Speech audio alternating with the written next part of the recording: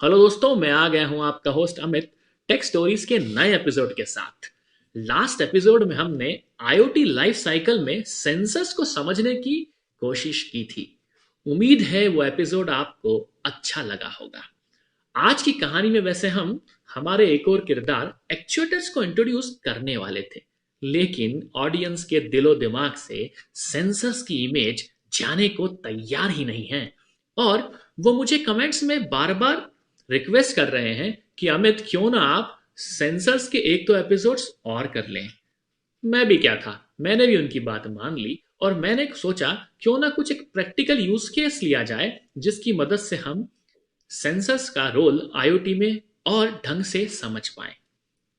चलिए कहानी की शुरुआत देसी मिट्टी की खुशबू से कर लेते हैं, मतलब कि गांव की यात्रा कर ही लेते हैं और किसान और खेती की उर्वरक क्षमता को आईओटी के प्रभाव से कैसे हम बढ़ा सकते हैं उसको जानने की कोशिश करते हैं।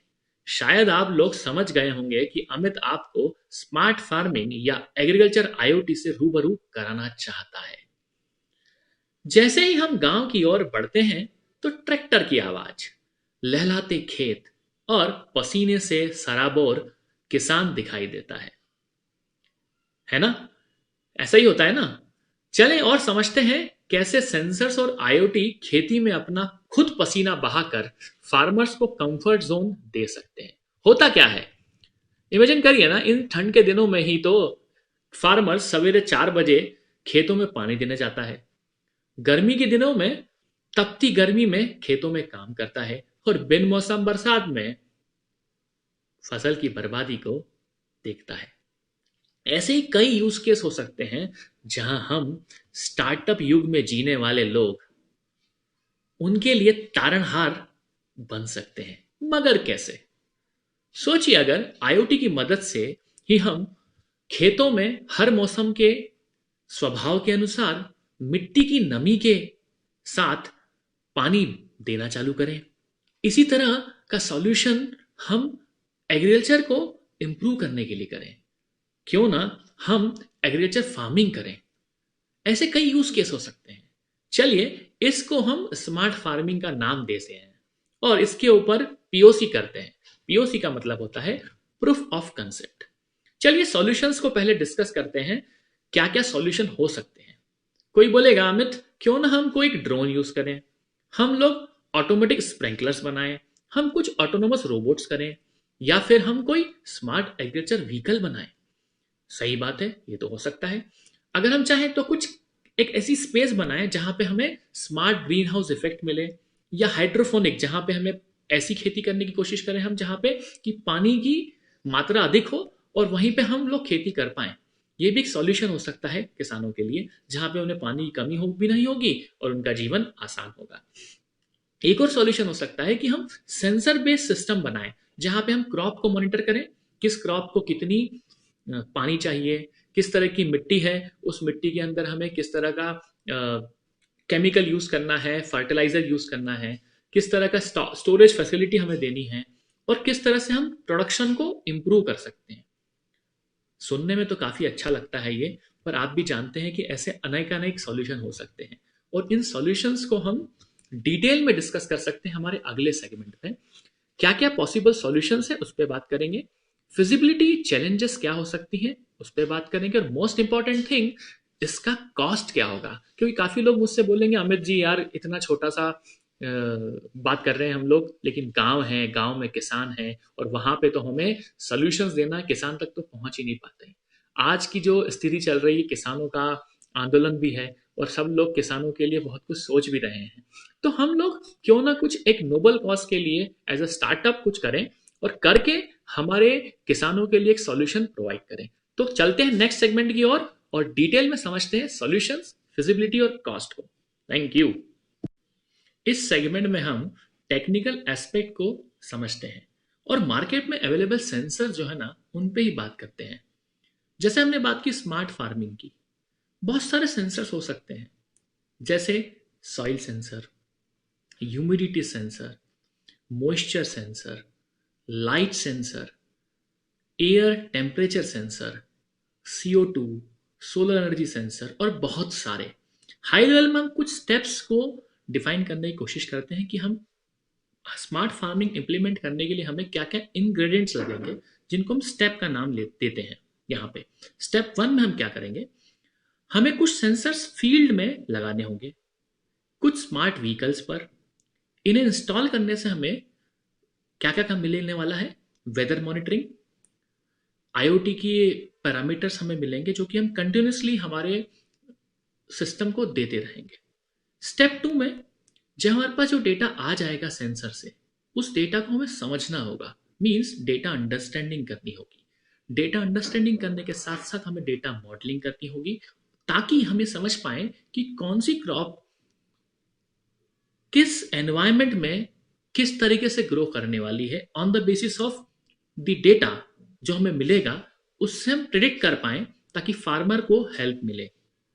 नेक्स्ट स्टेप में हम क्या कर सकते हैं कि प्रिसाइज फार्मिंग चाहिए हमें, राइट। तो हमें ये समझना पड़ेगा कि जो सेंसर्स हैं हमारे, इन सेंसर्स को हम लोग इस्तेमाल कर रहे हैं, सैटेलाइट के पास में डेटा जा भी रहा है, उसको हम एनालिटिक्स की मदद से एनालाइज कर रहे हैं, पर हमारी हार्वेस्टिंग स्ट्रेटेजी क्या है उसे भी तो हमें बनाना होगा। ये मूलतः 3 तरह के स्टेप्स हम सोचते हैं। चले अब आगे बात करते हैं कि कौन कौन से सेंसर मार्केट में अवेलेबल है और उनका यूसेज क्या है। जैसे कि DHT11 काफी फेमस सेंसर है, आपने नाम भी सुना होगा इसका। इसका उपयोग बेसिकली है, it measure temperature and humidity. क्या क्या एप्लीकेशन है, जैसे कि लोकल वेदर को मॉनिटर करना, ऑटोमेटिक क्लाइमेट को कंट्रोल करना, एनवायरमेंट मॉनिटरिंग करना। किस तरह का पैकेजिंग में आता है ये, 2 तरह के पैकेजिंग में अवेलेबल है ये, सेंसर के माध्यम से भी और एक मॉड्यूल के माध्यम से भी है। काफी कुछ सेम ही। यूजुअली सेंसर्स में 4 पिन होती हैं और मॉड्यूल के अंदर 3 पिन होती है। यूजुअली तो 3 पिन ही उपयोग में आने वाली है। किस तरह की पिन होती है और इन पिन के अलावा इस सेंसर मॉड्यूल और सेंसर में क्या अंतर होता है। बेसिकली कुछ भी अंतर नहीं, छोटा सा अंतर है कि सेंसर मॉड्यूल के अंदर इनबिल्ट हमारे पास एक फिल्टरिंग कैपेसिटर होता है और एक पुल अप रजिस्टर भी अवेलेबल है। अगर हम सेंसर यूज करेंगे तो हमें इसको एक्सटर्नली लगाना होगा, राइट। अब इसके इक्विवेलेंट सेंसर मार्केट में क्या क्या अवेलेबल है DHT11 के। DHT22 भी है, AM सीरीज में 2302 है, SST71 है। ये ऑप्शन है आपके पास में जिनको आप सिलेक्ट कर सकते हो। मैंने 3 पिन की बात करी। VCC नाम से पता लगता है पावर सप्लाई, जो कि 3.5 वोल्ट से 5.5 वोल्ट के बीच में काम करता है। डेटा जो कि बहुत इंपॉर्टेंट है, जो कि हमें आउटपुट देगा टेम्परेचर और ह्यूमिडिटी का, जो कि सीरियली हमें आउटपुट मिलने वाला है। और एक ग्राउंड, जो कि हर सर्किट में इस्तेमाल होता है ग्राउंड करने के लिए। इस तरह के 3 पिन है, जिन 3 पिन का हम उपयोग करने वाले हैं। अब बात कर लेते हैं हम लोग इसकी टेक्निकल स्पेसिफिकेशन की। टेक्निकल स्पेसिफिकेशन मतलब क्या, किस वोल्टेज पे काम करेगा ये, ऑपरेटिंग वोल्टेज क्या है इसका। 3.5 वोल्ट से 5.45 वोल्ट के बीच में काम करता है। ऑपरेटिंग करंट 0.3 मिली एम्पियर्स। आउटपुट डेटा मैं बता चुका हूं आपको, सीरियली आउटपुट है। टेम्परेचर रेंज अगर हमें नापना है 0 डिग्री से 50 डिग्री सेंटीग्रेड के बीच में, तो ये टेम्परेचर सेंसर बहुत एप्लीकेबल है यहाँ पे। अगर हमें ह्यूमिडिटी मेजर करनी है 20% से 90% तक की, तो हम इसको सिलेक्ट कर सकते हैं। अब सबसे इंपॉर्टेंट पॉइंट था रिजोल्यूशन फैक्टर, कि टेम्परेचर ह्यूमिडिटी जो है उसका रिजोल्यूशन क्या होगा। 16 बिट तक हमें मिलता है। एक्यूरेसी डेफिनेटली एक बहुत बड़ा फैक्टर है, ±1 डिग्री सेंटीग्रेड तक हमें एक्यूरेसी यहाँ पे अचीव होगी। ये था DHT11 सेंसर। अब हम लोग बात करते हैं ऑप्टिकल सेंसर की। क्यों यूज करना है ऑप्टिकल सेंसर, क्योंकि अगर आप याद करेंगे तो मेरे लास्ट सेगमेंट में मैंने बात की थी कि सॉइल की प्रॉपर्टी को भी हमें जानना है, कि सॉइल में जो इंग्रेडिएंट्स हैं वो किस तरह के हैं। मतलब हम अगर किसी ड्रोन के ऊपर या किसी सैटेलाइट पे या किसी रोबोट पे अगर ये सेंसर लगाते हैं, तो हमें पता लगे कि क्ले कैसी है, ऑर्गेनिक मैटर क्या है वहां के आसपास, मॉइस्चर कंटेंट क्या है हमारी सॉइल के अंदर। तो एक ऑप्शन हमारे पास अवेलेबल है, उसको बोलते हैं NPK सेंसर। नाम से पता लगता है नाइट्रोजन फॉस्फोरस पोटेशियम सेंसर।